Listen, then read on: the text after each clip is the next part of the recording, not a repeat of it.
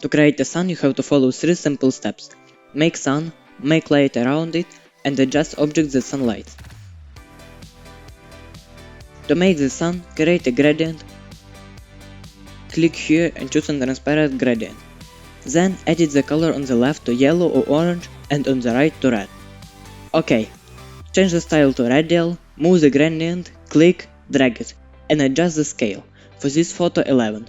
Change blend mode to hard mix. Sun is created. Now we need to create a light around it. Create the same gradient but with a bigger scale. Change the blend mode to screen. I think the sun should be whiter, so adjust it by double clicking on it. Nice! In the last step, add curve and make it bright. Then go to blue and decrease it, and go to green and decrease it too, to make some yellow glowing effect on the grass.